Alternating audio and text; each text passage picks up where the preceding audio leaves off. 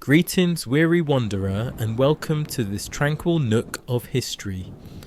Before we embark on our journey back to the unforgiving winters of the medieval era, I'd like to offer you a heartfelt welcome, dear listener.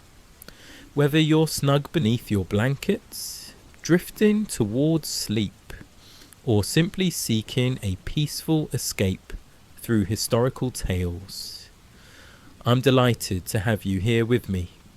If it pleases you, feel free to drop a comment sharing where in the world you're joining from and the time of day for you. It's always a joy to see the diverse assembly of history lovers gathered here. Should you enjoy these calm, immersive stories from the past, kindly tap the subscribe button to ensure you don't miss the next chapter. Now, let us set aside the pressures of the modern age and venture into a distant time when winter's icy grasp posed far greater dangers than most of us can fathom. A period when the shift of seasons brought not just discomfort, but a real dread of survival. Imagine yourself in the rural expanse of medieval Europe. The final leaves have long vanished from the branches, and the sun lingers low, its feeble rays offering scant relief from the sharp cold. Frosty ground crunches beneath your feet as a gentle wind ushers in the first delicate snowflakes. Winter approaches, and for the people of that age, it heralds one thing above all: struggle. The chill creeps in gradually at first, destined to persist for months ahead, soon cloaking the landscape in a pristine white shroud, with rivers and ponds hardening into glistening ice sheets. In an era devoid of central heating or well-insulated dwellings, the promise of warmth feels like a distant fantasy, reserved only for the wealthiest. Yet this wasn't always the case. Medieval winters weren't perpetually so ruthless or unyielding.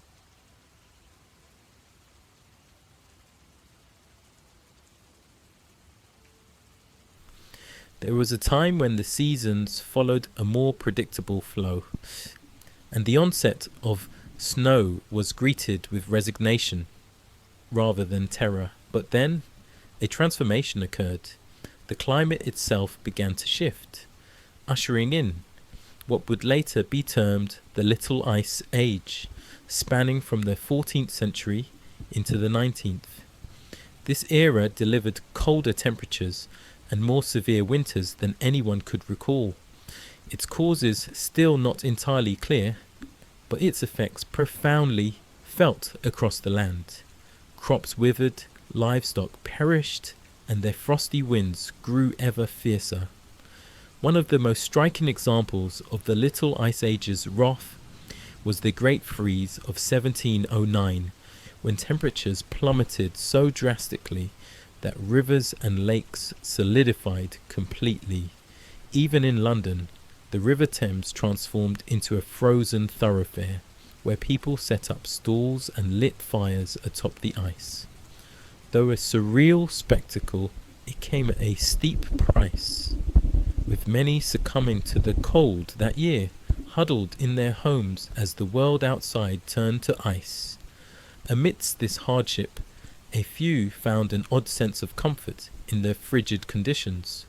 One such individual was the young Isaac Newton, a student at the University of Cambridge, forced to return to his family's farm when the Great Freeze struck. Sheltered by the hearth, he discovered ample time to contemplate the universe's mysteries, and it was during this unplanned hiatus that he began formulating some of his most revolutionary ideas, laying the groundwork for his theories on calculus and optics. Who can say how many other brilliant minds were ignited by the quiet seclusion of a prolonged, icy winter? It serves as a reminder that even in the bleakest moments, the human spirit seeks out illumination.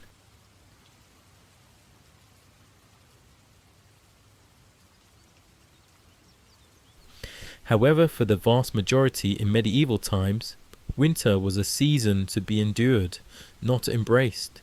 The affluent could afford thick woolen garments, abundant firewood, and well-stocked pantries to weather the lean months. But for the peasants and serfs who formed the majority, life was starkly different. Picture awakening each morning in a single-room cottage, the air heavy with smoke from a faltering fire, your breath forming misty clouds as you rise from a straw pallet, cautious not to disturb the trembling figures of your family clustered around you for warmth. The cold seeps through every gap, numbing your fingers and toes until they throb with pain. Breakfast, if fortune smiles, might be a sparse bowl of gruel or hardened bread. The harvest's provisions are dwindling, and you know the long winter months will only deepen the scarcity. The livestock too suffer, their coats matted with frost, as they huddle in the barn, their breath steaming in the frigid air. As the day unfolds, you trudge into the snow to gather what firewood you can find, a grueling task that leaves your hands raw and chapped from the cold. Yet you persevere, knowing a fire is your family's lifeline through night. You think of your children, their small faces etched with hunger and chill, and this drives you onward. This was the daily reality for so many in medieval times, a relentless struggle against nature, a fight for survival that dominated every waking hour. Yet even amidst such adversity, there were flickers of resilience and joy to be found. The medieval world was deeply attuned to nature's rhythms. The passage of seasons was marked not only by weather changes, but by a rich weave of rituals and festivities. Thus, even in winter's depths, there were glimmers of brightness. One such beacon was the midwinter feast of St. Stephen, held annually on December 26th, when the rigid social hierarchies briefly inverted. A peasant or serf might be crowned the lord of misrule for the day, presiding over a lively celebration filled with food, drink, and merriment, a rare indulgence in an otherwise austere existence. This temporary upheaval offered a vital release, blurring the lines between lord and vassal in a day of feasting, gaming, and revelry. Perhaps the most enduring symbol of hope in the medieval winter was the simple act of coming together. In a world where survival often hinged on community strength, the bonds of family and friendship held profound significance. Envision a small village nestled against the snow, the smoke from chimneys blending with the overcast sky, a sign of life amid the barren terrain.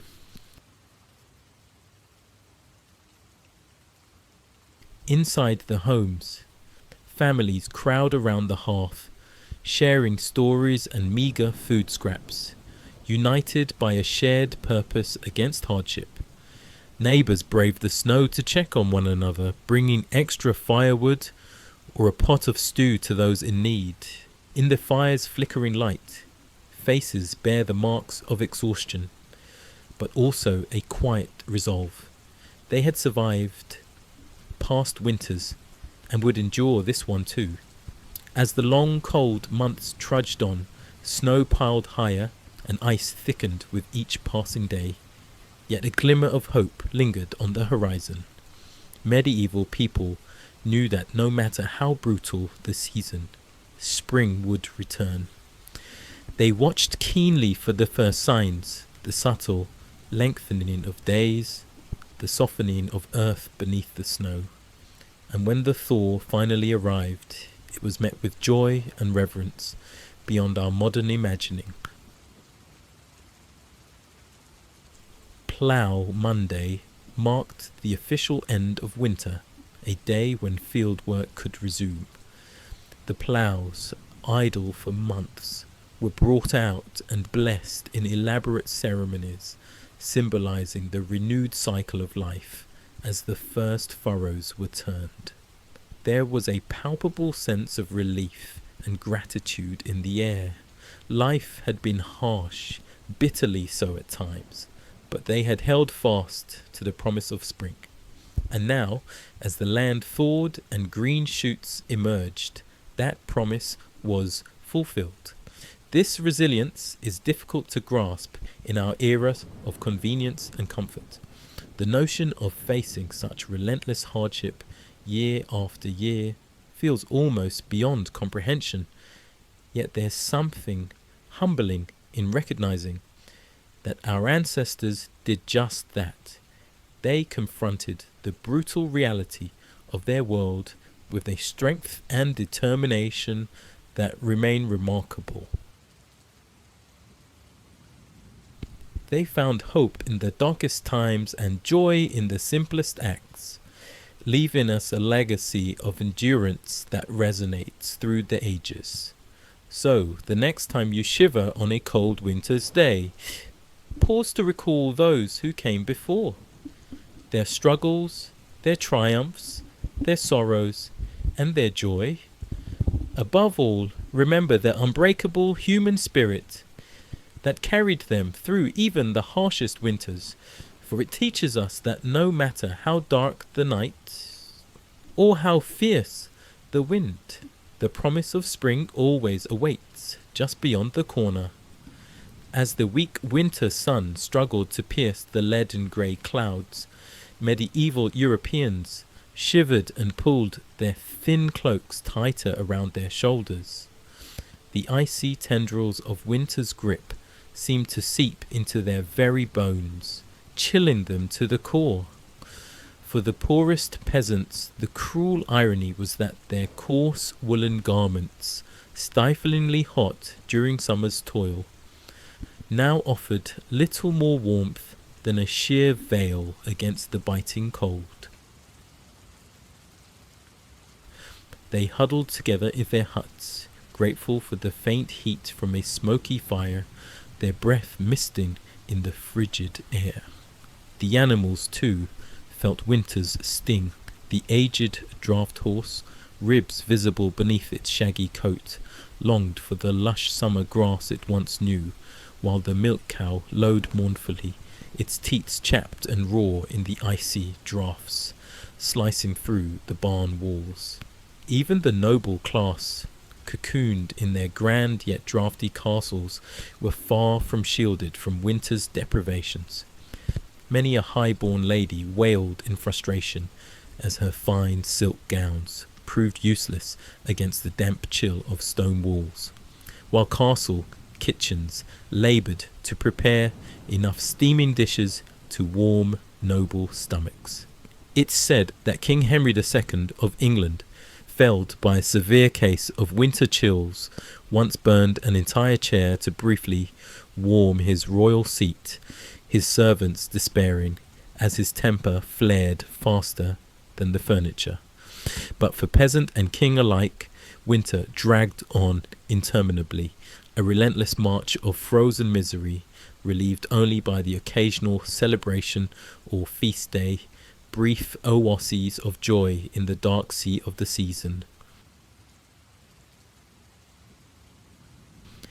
People seized these moments of light and levity, cherishing them like a drowning soul gasping for air, perhaps most eagerly awaiting the feast of St. Stephen on December 26th. This day brought unbridled merriment and a delightful reversal of fortunes, as ancient tradition crowned a humble peasant as the lord of misrule.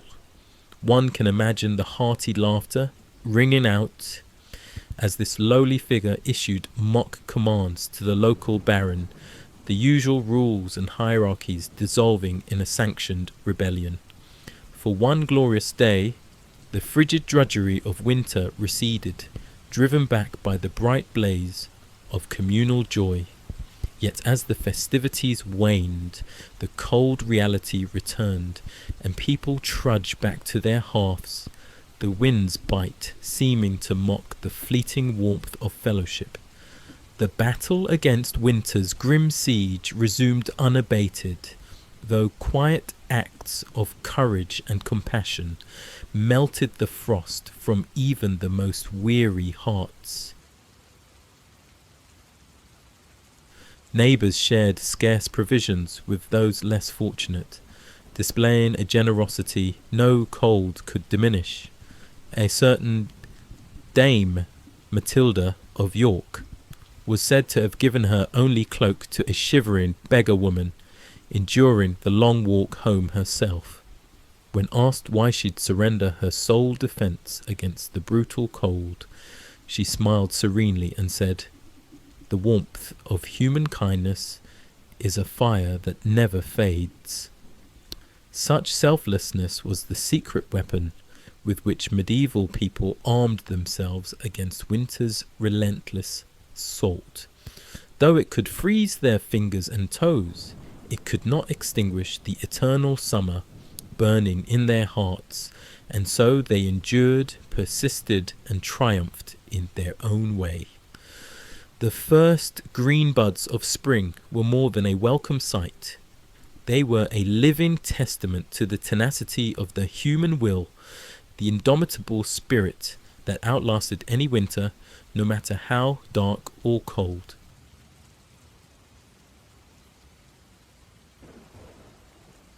As the icy grip of winter began to loosen, medieval folk eagerly awaited fairer weather, having endured months of bitter cold in cramped quarters, their stomachs growling from meagre rations. Now, as the sun lingered longer each day, glinting off melting snow, there was cause for celebration across the land. People emerged from their winter cocoons, blinking in the bright spring light, bears stumbling from hibernation, and children bursting from their homes, delighting in fresh breezes instead of winter's sting. With giddy laughter, they ran through the squelching mud, marvelling at the first brave crocuses pushing through the thawing ground. In the fields, farmers eagerly awaited Plough Monday, the traditional start of their agricultural years, occurring on the first Monday after Epiphany, marking when the ground softened enough for ploughing to begin. Draft horses and oxen, hitched to ploughs and adorned with garlands and bright ribbons, paraded through village streets as church bells pealed joyously.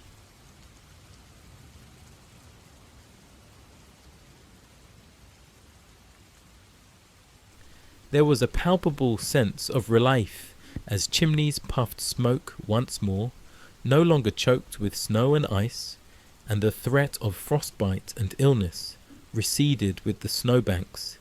Faces creased with care from winter's trials now crinkled into hopeful smiles, soon to be nourished by vibrant spring and summer produce, replacing the bland preserved fare that had barely sustained them. It's challenging for us to fathom from our modern perspective just how momentous this seasonal shift was. We might grumble about slushy roads or losing an hour to daylight saving time, but for medieval forebears, spring's arrival was life-affirming, signifying they had weathered winter's brutal assault, staving off starvation and sickness for another year. The skeletal trees cloaking themselves in green mirrored the inner renewal medieval people felt as warmth and light returned. Some of that elation echoes through the ages in lively medieval folk tunes and verses welcoming spring's sweet return, like one English song proclaiming, "Loudly sing cuckoo, the seed is growing, and the meadow blooms, and the wood springs anew. Sing cuckoo."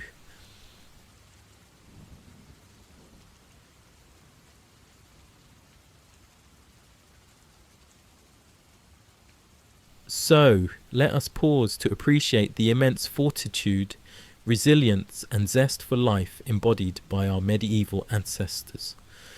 Through the harshest conditions imaginable, they endured, surviving each winter by sheer grit and community bonds. When spring's sun and birdsong broke winter's oppressive silence, they revelled wholeheartedly, knowing they had triumphed over nature's cruelty.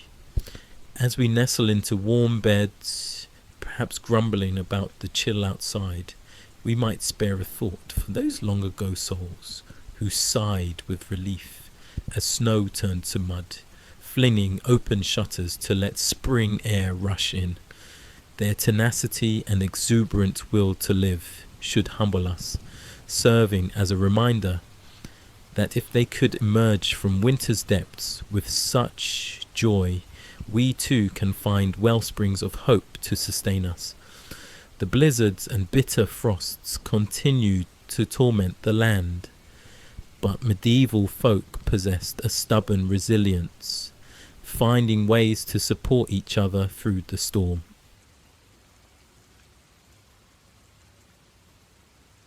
Neighbours shared what scant food they had, taking turns hosting communal meals, while villagers assigned young men to check on elderly widows, bringing firewood and repairing their dilapidated huts.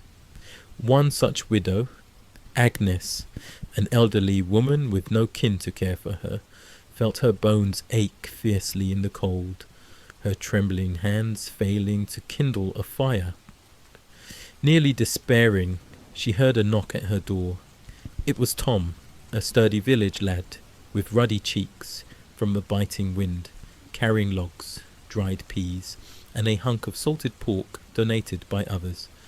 Tears of gratitude streamed down Agnes's wrinkled face as Tom stoked a roaring blaze, warmth seeping back into her frail body for the first time in weeks.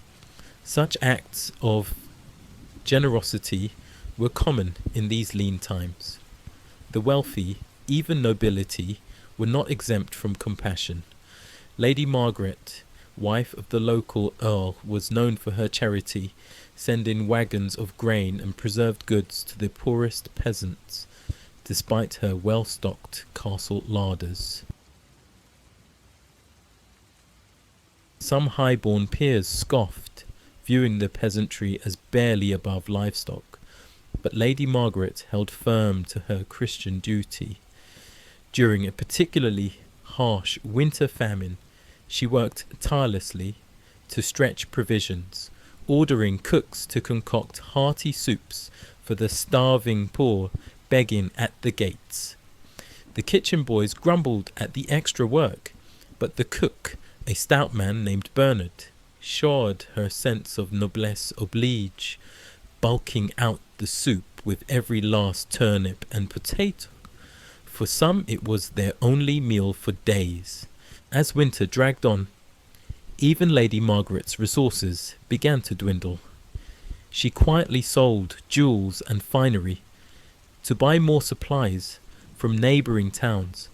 Her husband, the Earl, respecting her piety, though worried about their vulnerability. The church also played its part, with monasteries opening doors to the poor and infirm, offering straw pallets and basic meals of bread and ale, some even running primitive hospitals for the frostbitten and desperately ill.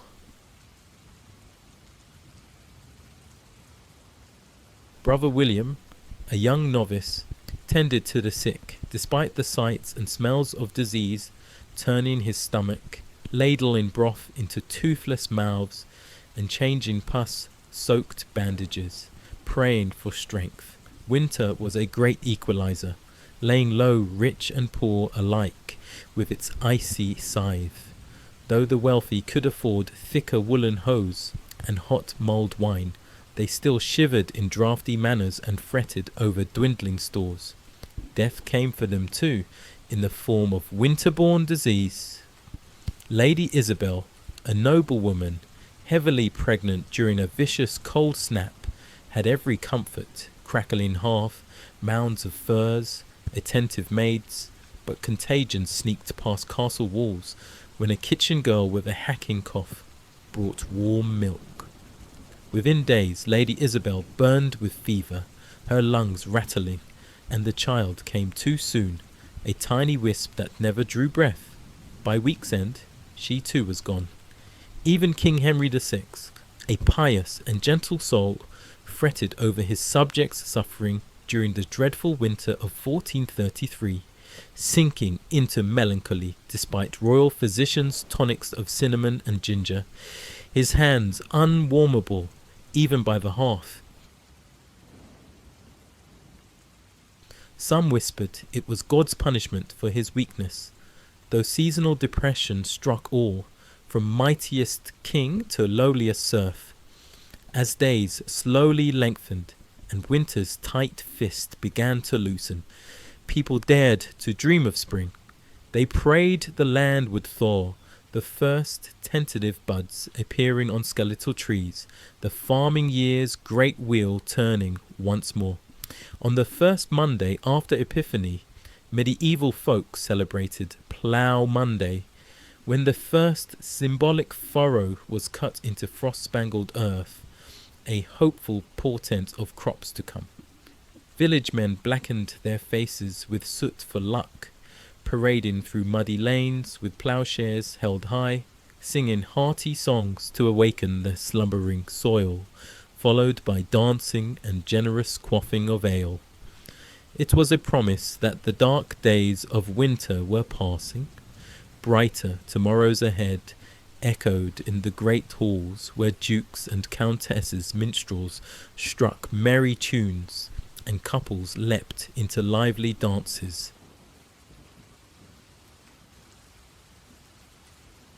Even the lowly peasant Giles and his brood felt a weight lift as they ventured to their humble plot, clutching saved seed for a future of full bellies, while the wretched widow Agnes, near death's door, stirred a bubbling pot of pottage, humming tunelessly, praising God for another spring dawn. Winter was brutal, bringing hunger, bone-chilling cold, and the constant spectre of death and disease. Yet it was also when medieval people's true resilience and communal spirit shone. Staring into winter's bleak abyss, they responded with generosity, grit, and defiant celebration, understanding it as part of life's great cycle, best conquered by enduring together. So, as you huddle beneath your cozy duvet, grumbling about heating bills or scraping frost from your windshield, spare a thought for medieval ancestors who survived without electric blankets or grocery deliveries. Their quiet courage against winter's cruelty offers a lesson. Empathy, charity, and irrepressible hope for spring are the best ways to weather life's hardships, be it a polar vortex or a pandemic. Let us embrace the coming spring with grateful hearts, knowing that however deep the snowdrifts, they yield to the warming sun, making spring's blossoming all the sweeter.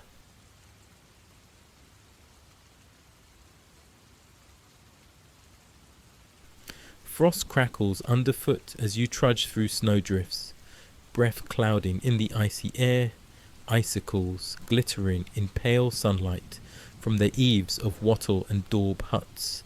The village lies, hushed, huddled against winter's onslaught. This was the medieval winter for most, not the cosy scenes of merry feasts in snug castles we imagine. Winter hunger loomed ever near, crops withered, livestock scarce, making food a daily battle as grain stores dwindled, bitter herbs and shriveled turnips the last defence against starvation. In 1315, a medieval Englishman's harvest fell short by a third, due to storms and freezing weather, reducing desperate serfs to eating straw roofs and boiling shoe leather while labouring for lords. Malnutrition weakened defences against winter maladies, the common cold morphing into life-threatening pneumonia or bronchitis, influenza cutting through villages like a scythe. Teeth chattering, medieval folk huddled in shuttered houses, the close quarters breeding disease in stale, smoky air, reeking of unwashed bodies and chamber pots.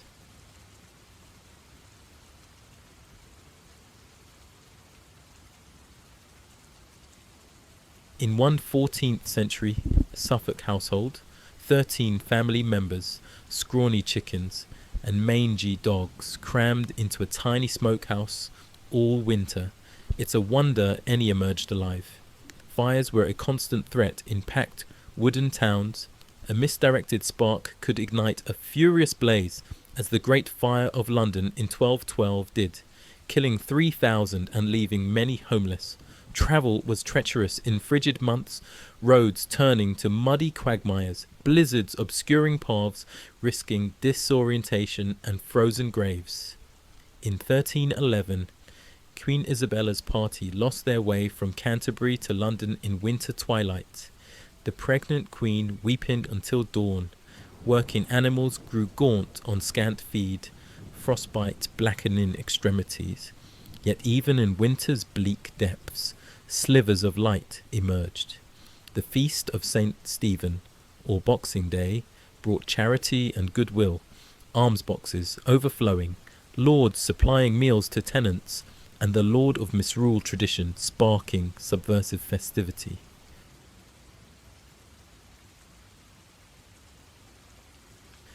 Despite privations, hope endured, etched in frosty breaths and fervent prayers for survival, food to last, and light to conquer the cold. Snow fell ceaselessly from ash-grey skies, blanketing the countryside in a suffocating white shroud, icicles hanging like glittering daggers from hut eaves and grand manors alike. Hearth fires burned day and night, offering fleeting respite, smoke stinging eyes, and choking lungs in the fetid air of wattle and daub huts, where bodies, human and livestock, cramped together. The pungent mix of dung and unwashed flesh formed a unique medieval winter scent, a luxury for some, though scant food stores stretched thin, bellies rumbling with hunger. The poorest subsisted on coarse bread and thin gruel, praying for spring, while famine's spectre haunted every home, from lowly serf to high lord. Even draughty stone castles inhaled cold and exhaled damp rulers, shivering beneath furs. Vast firewood stocks needed to endure.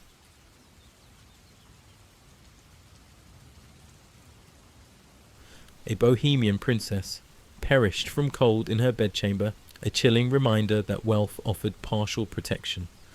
Disease added to winter's toll. Fevers and agues spread through malnourished, close-quartered communities, stale air making lungs vulnerable. Treacherous roads with snowdrifts and black ice kept all but the desperate indoors. Peddlers' carts idle, tithes uncollected, vexing lords and clergy. The winter of 1407 saw Owain Glyndwr's Welsh rebels trap English forces in a blinding blizzard, their heavy armour breaking ranks, many perishing from exposure, a victory as much winter's as Welsh prowess. Devastating famines, like the Great Famine of 1315-1318, followed wet springs, rotting seedlings, plunging Europe into starvation, bread prices soaring 20-fold. The poor ate grass roots and tree bark, desperate scavengers digging graves for sustenance. 10 to 25% of cities like Ypres perishing.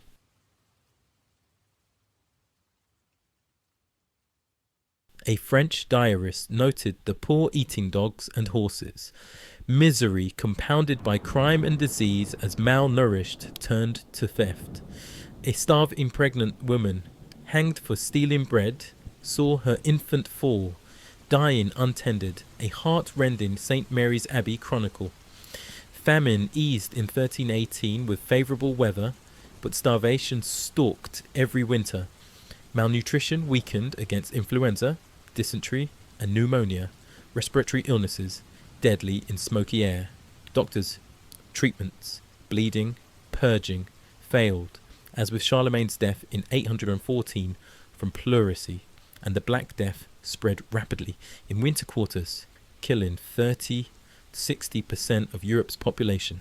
Sir Luca's letter from Pistoia in 1348–1349 described streets empty, homes echoing with grief, mass graves reeking, villages wiped out, trauma from hasty burials in frigid ground. Winter dreaded the elderly, young, and expectant mothers. 20–30% of infants died in their first year, many in cold months. Matilda, King Henry III's 12-year-old daughter, perished in 1120 when the White Ship sank, her pregnant escape thwarted by a capsized boat in frigid waters, her father never smiling again. The elderly shivered in draughty halls, as in Sir Gawain and the Green Knight, while winter storms brought floods.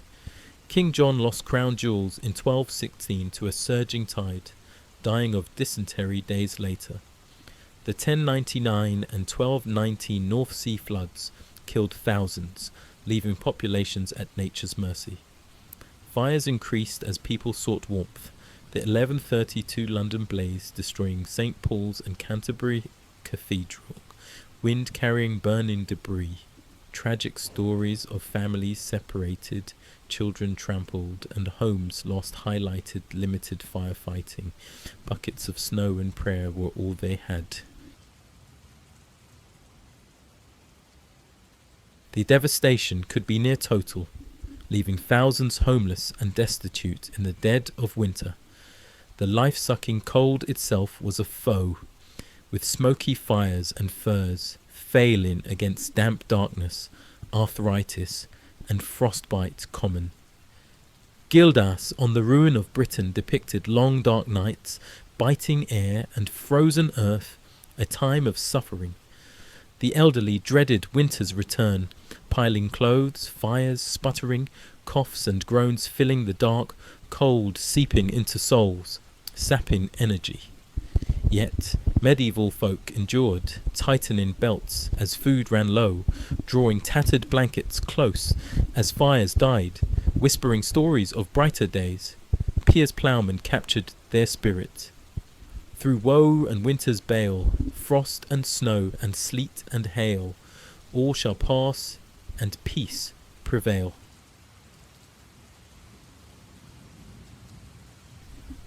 Neighbours shared scant provisions, singing and praying at night, hearing angels' promises in winds. They clung to hope, eyes on the horizon where spring lay, knowing winter's brutality was temporary. The sun would return, snow melt, and life reborn, green and glorious. Winters were merciless, bringing hunger, disease, and death, but they forged a people of grit, finding hope and compassion. So as we grumble about frost on windshields, let's reflect on their fortitude, a legacy warming us still. The chill winds may moan, but their strength inspires us through dark days, knowing spring returns. Medieval folk stared winter down, enduring floods, famine, blizzards, and night, burying dead in frozen ground, waking to starvation's groans, yet holding to spring's promise. With faith and furs, they survived, teaching us to face battles with courage and hope. Winter's lessons echo, a testament to the human spirit, so let's meet its chill with resolve, knowing spring is never far, as they knew so well.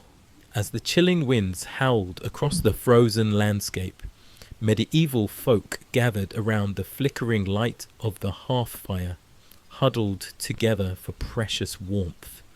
They shared tales of winters past, those harsh and unforgiving seasons that tested the mettle of even the hardiest souls. In humble cottages and grand manor houses alike, the sting of winter's icy breath knew no bounds.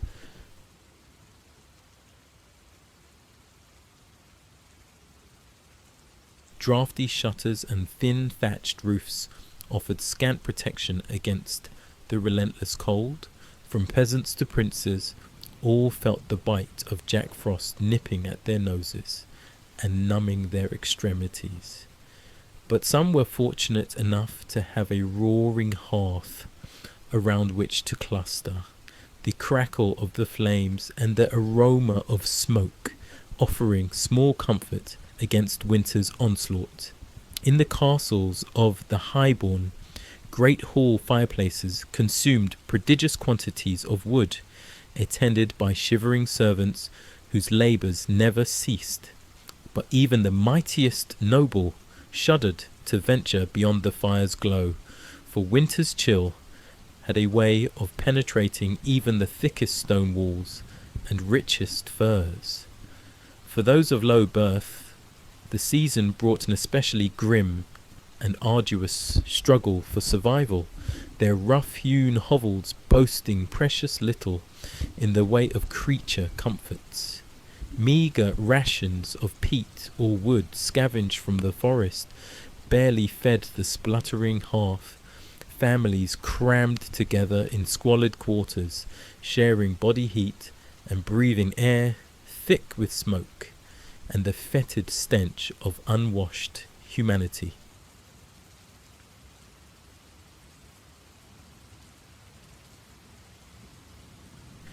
It was a bleak existence, to be sure, and yet even in the face of such privations, there were moments of cheer to be found. The glow of communal fires in the village square drew folks out of their hovels, if only for a short respite. Gathered around the leaping flames, neighbours exchanged jests and jibes, stories and songs. For a fleeting time, the cruel realities of winter seemed distant indeed. Young lovers stole secret kisses, their ardour undimmed by the cold. Children shrieked with delight as they scampered and slid across frozen ponds. Even the elderly felt the weight of their years lift for a spell, transported back to the carefree winters of their youth. Such interludes of merriment were all the more precious for their rarity. Winter's onslaught was relentless and unforgiving. Thoughts soon turned to empty bellies, and the gnawing hunger that was the constant companion of the poor. Dreams of spring's bounty seemed a cruel mockery as fields lay barren beneath a blanket of snow.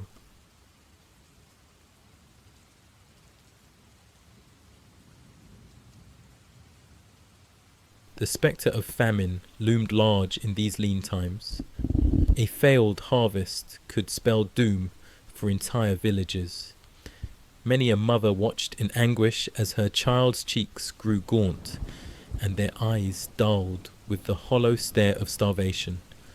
The cruel calculus of scarcity bred a special kind of desperation. Tales abounded of the depraved lengths to which some would go to fill their bellies, unnatural acts that haunted the nightmares of pious folk. And hunger was not the only scourge to stalk the land.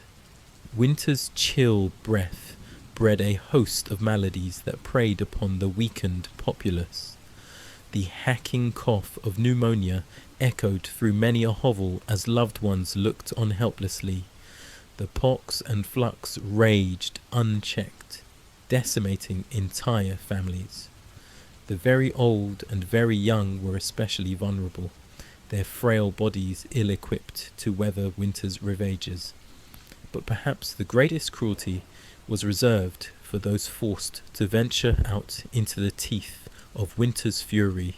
Travellers risked life and limb on treacherous ice-laced roads.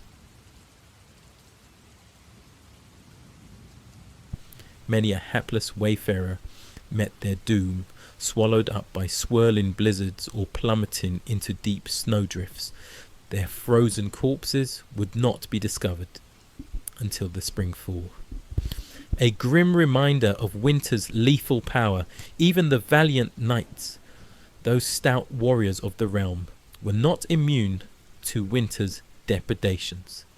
Clad in their heavy armour, they made easy prey for the bone-chilling cold that crept into every joint and rivet.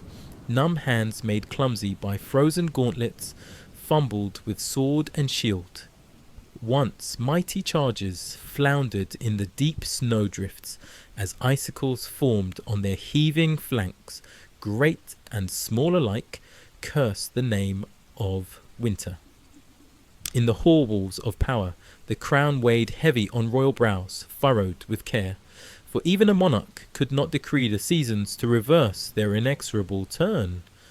The cost of keeping the court supplied with provender and firewood was staggering. Royal treasuries groaned beneath the strain as grasping merchants reaped handsome profits from the king's largesse. But for all the miseries it engendered, winter's reign was not eternal. Even in the depths of icy despair, folk clung to the promise of spring's sweet renewal. The joyous feast of Stephen offered a welcome reprieve from winter's woes. For one raucous day, the world turned upside down as a lowly peasant assumed the mantle of the lord of misrule. Drunken revelry and bawdy songs lifted spirits and lightened hearts. Laughter, that balm for the careworn soul, echoed through the frostbitten land. In the fullness of time, winter's gelid grip began to loosen. Icicles dripped from the eaves as the strengthening sun worked its subtle magic. Snowdrops and crocuses pushed their way through the softening earth, delicate harbingers of winter's retreat. The land stirred with new life, shaking off the torpid slumber of the frozen months. Hearts lifted and voices raised in joyful celebration.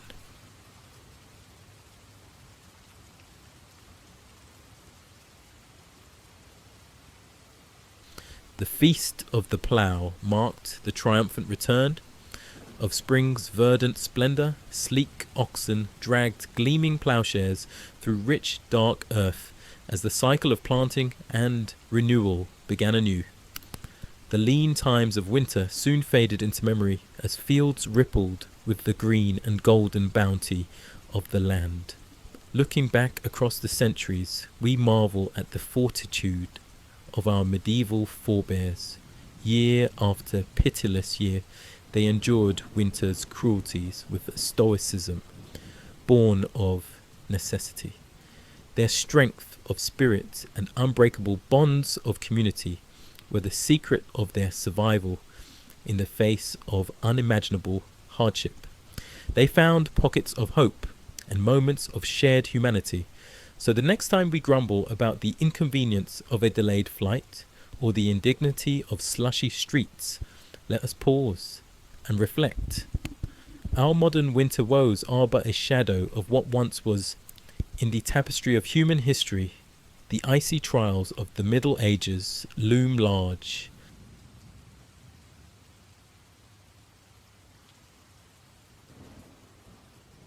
They serve as a reminder of our species' remarkable resilience and the preciousness of a warm hearth and a full belly. As we drift off to slumber, let us spare a thought for those who came before. In our dreams, perhaps we will catch a glimpse of their world, a harsher, crueler world than our own, and yet one in which the indomitable human spirit shone all the brighter for the darkness that surrounded it. Good night, and sweet dreams of gentle spring breezes to come, as the bitter chill of winter descended once more upon the weary lands of medieval Europe. For the poor peasants who scraped out a meagre living from the soil, the very warmth and light seemed to retreat from the world, replaced by a deep aching cold that penetrated to the bone. With little more than rags on their backs and scant food in their bellies, they could do naught but shiver and suffer in their draughty hovels as the cruel winds howled just beyond their walls.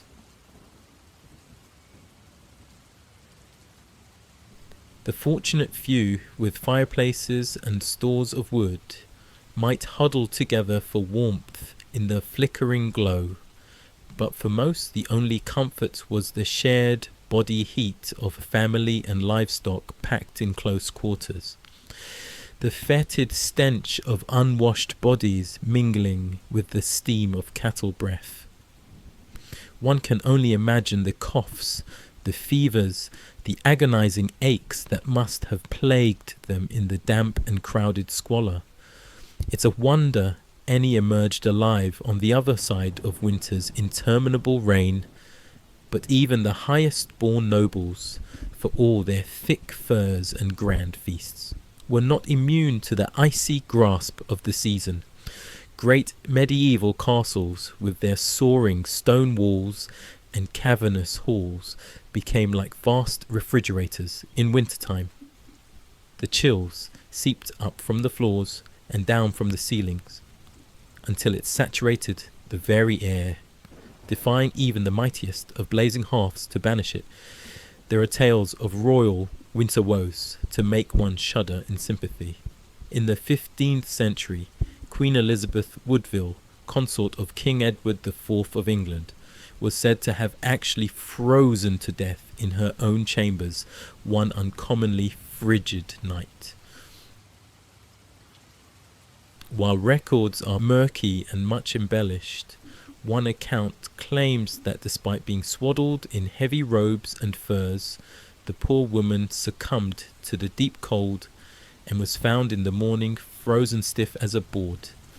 Whether the story is true or not, it certainly illustrates the perilous nature of winter. For even the most privileged kings and queens might avoid the gnawing hunger and squalid conditions of their low-born subjects. But in some ways, the hazards of the season were a great equalizer.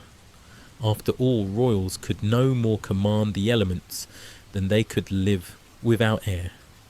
The chill found its way into even the most luxurious of medieval bedchambers, and so as the days grew shorter and the nights ever darker and more frigid, the whole of medieval society braced itself for the annual onslaught of winter's wrath.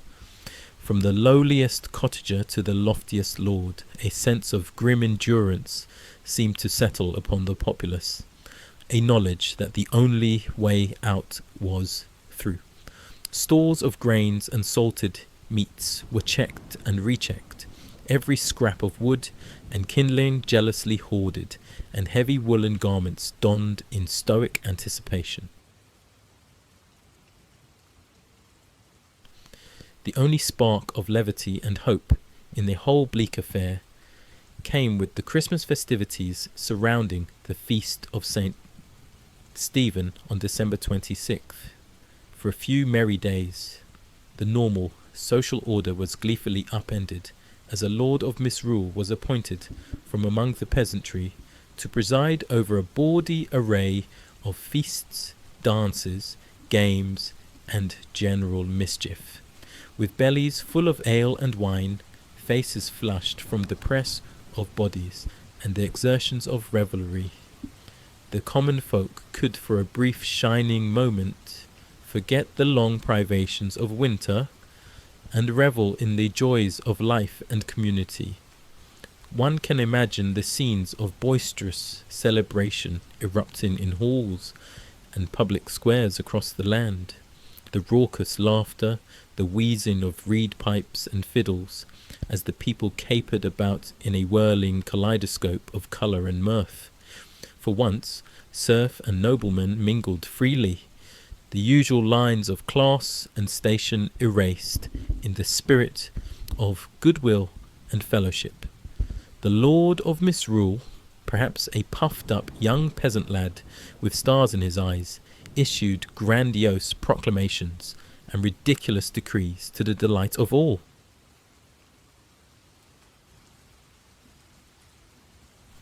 It must have been a heady thing, that burst of misrule and saturnalia amid the bleakness.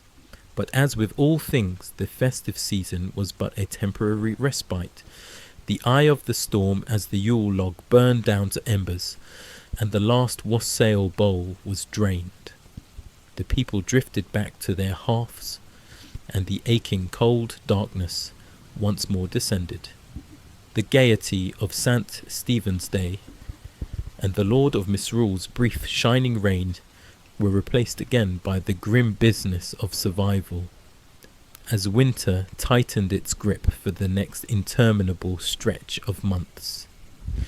Time seemed to slow to a frigid crawl. With the land frozen and unworkable, there was little for the rural peasantry to do but hunker down and pray for deliverance. The shortening days and lengthening nights yawned like a vast chasm, from which there was no escape.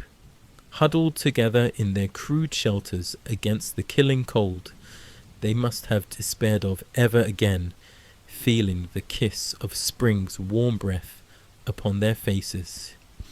But even the cruelest winter cannot last forever, and indeed, the first greening shoots of new life were already straining up beneath the frozen ground, biding their time.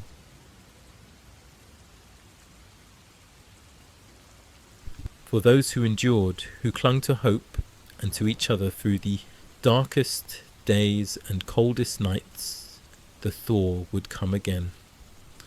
The sun would return to the sky, the blood quicken in the veins, the world slowly shed its greys and whites for a burgeoning riot of colour. On Plough Monday, just after Epiphany, the land could again be tilled, and the great wheel of the agricultural year would creak back into motion. The people would emerge blinking into the pale but gathering light of spring, leaner and deeply tired, but alive and glad of it. Fields would be furrowed, seeds planted, flocks driven out to graze on new grass, and the whole merry dance of life would begin anew. But that was yet to come. For now the medieval world braced itself against the lingering chill, drawing strength from the promise of renewal. The weeks stretched on, each dawn breaking colder than the last, frost etching intricate patterns on window panes and turning the earth to iron beneath weary feet. In the villages, the sound of axes chopping wood echoed faintly, a desperate effort to keep hearths alive as fuel dwindled. Children, bundled in patched rags, played silently in the snow, their laughter muted by the weight of hunger gnawing at their small frames. The elderly sat by dying fires, their gnarled hands trembling as they recounted tales of past winters, their voices a thread of continuity amid the bleakness. Yet even in this frozen stillness, a subtle shift began. Days lengthened ever so slightly, and the first whispers of spring stirred in the hearts of those who dared to hope.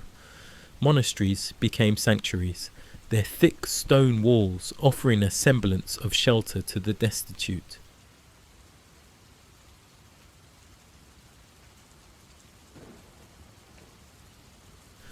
Monks chanted prayers through the night, their voices rising above the howling winds, a spiritual bulwark against despair. In one such refuge, a monk named Brother Edwin tended a garden of frozen herbs, dreaming of the day he could tend living plants again, his faith a quiet rebellion against winter's dominion. Meanwhile, in the towns, merchants hoarded goods, their prices soaring as scarcity tightened its grip. Yet some risked punishment to smuggle bread to starving families. These acts of defiance and kindness wove a fragile tapestry of humanity, holding communities together when nature seemed intent on tearing them apart. As February approached, the worst of the cold often peaked, bringing blizzards that buried homes and livestock alike. A shepherd named Rolf lost half his flock to a sudden storm, his tears freezing on his cheeks as he dug through snow to salvage what he could.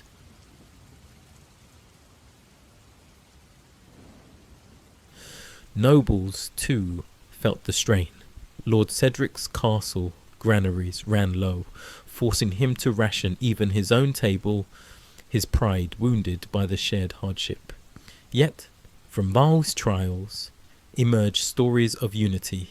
Rolf's neighbours helped rebuild his pen, and Cedric opened his hall to feed the village, a rare gesture that softened his stern reputation. These moments of solidarity became legends, passed down as proof that winter could not extinguish the human heart. By late February, the first cracks appeared in winter's armour. Icicles began to drip, and the snow softened underfoot, a sign that the end was near. Villagers gathered to watch the ice on rivers thin, their prayers growing louder with each passing day. When the first howl broke through, it was as if the land itself sighed with relief, the promise of spring no longer a distant dream, but a tangible hope. The first tentative buds appeared on skeletal branches, and the air carried a faint scent of moist earth. Families ventured out, their faces alight with cautious joy as they prepared for the renewal of life. The sound of dripping icicles mingled with the tentative bleating of lambs, a symphony of survival. This transition was more than a seasonal change. It was a testament to the enduring spirit of a people who had faced winter's worst and emerged stronger. As the days grew warmer, the medieval world turned its gaze toward the promise of abundance, ready to embrace the cycle anew.